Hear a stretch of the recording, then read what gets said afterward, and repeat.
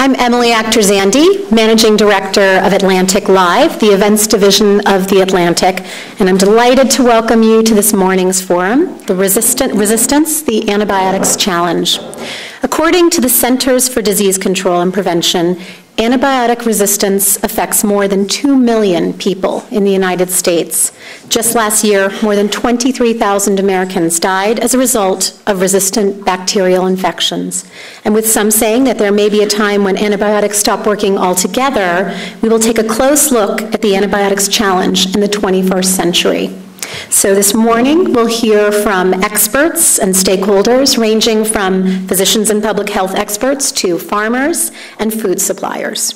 We'll examine the current efforts to curb antibiotic resistance, both on the farm and in the doctor's office, and the implications and consequences of these actions on the food supply and public health moving forward. A few notes on this morning before we dive in. We're on Twitter at Atlantic_live, and you can join the conversation using the hashtag ATLantibiotics. For friends and colleagues who couldn't be here with us this morning, we are live streaming this event, so they can still join us virtually.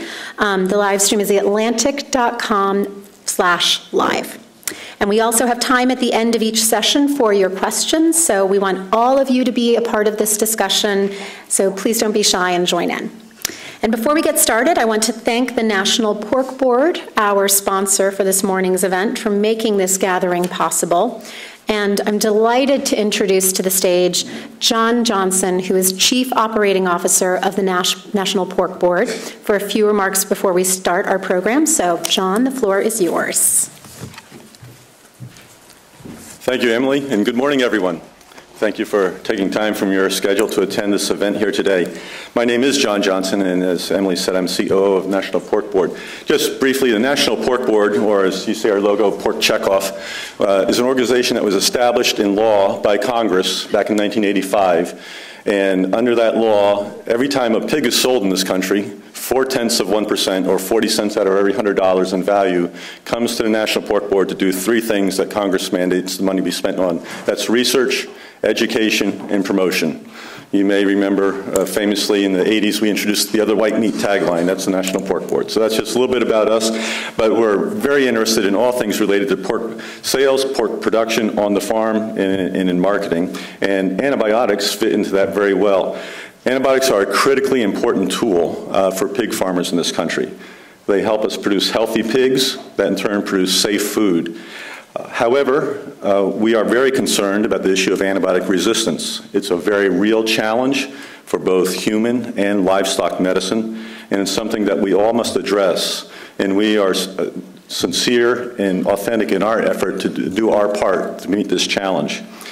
But there are voices out there that represent that nothing is changing on the farm. Just a couple months ago here in this town, a prominent local paper, which I suspect most of you read, asserted that the agricultural industry, quote, has long defended giving antibiotics to healthy animals to help them grow larger and faster, saying the practice does not contribute to resistance, unquote. They made that assertion without any acknowledgement that FDA guidance 2 years previous had stated that this practice was ending, and more than 7 months after the pork industry formally embraced that guidance and committed ourselves to it.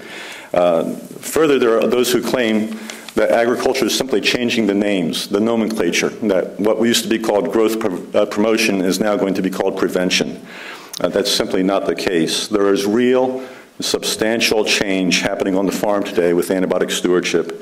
Not only is growth promotion rapidly going away from medically important antibiotics, but new requirements for increased veterinarian oversight, requiring what's called a veterinary feed directive or prescriptions for water-based antibiotics are going to be required, and they have to be written for a specific group of animals for a specific period of time according to the label to address a specific health threat. And these changes are very substantial, and they will go a long ways towards producing more careful and targeted use of antibiotics on the farm. And in the pork industry, we are embracing those changes. At the Pork Board, we've launched our largest education program ever to educate the 60,000 pig farmers in this country about these changes, to prepare them for the deadline of January 1, 2017, and to go beyond simply complying, but to embrace them fully. We've invested $6 million of pig farmers' money in antibiotic research over the past 15 years. And we continue to research ways to maximize pig health in order to minimize the need for antibiotics. In addition, last year we established what's known as a blue ribbon panel of subject matter experts to critique the pork industry's progress and to challenge our thinking. And just goes to exhibit we have a genuine and authentic commitment to antibiotic stewardship. And so to that end, in furthering the dialogue and the discussion, we're really pleased that Atlantic Media has convened this forum here today to further that discussion, and I look forward to hearing the perspectives and views presented today. Thank you. Emily?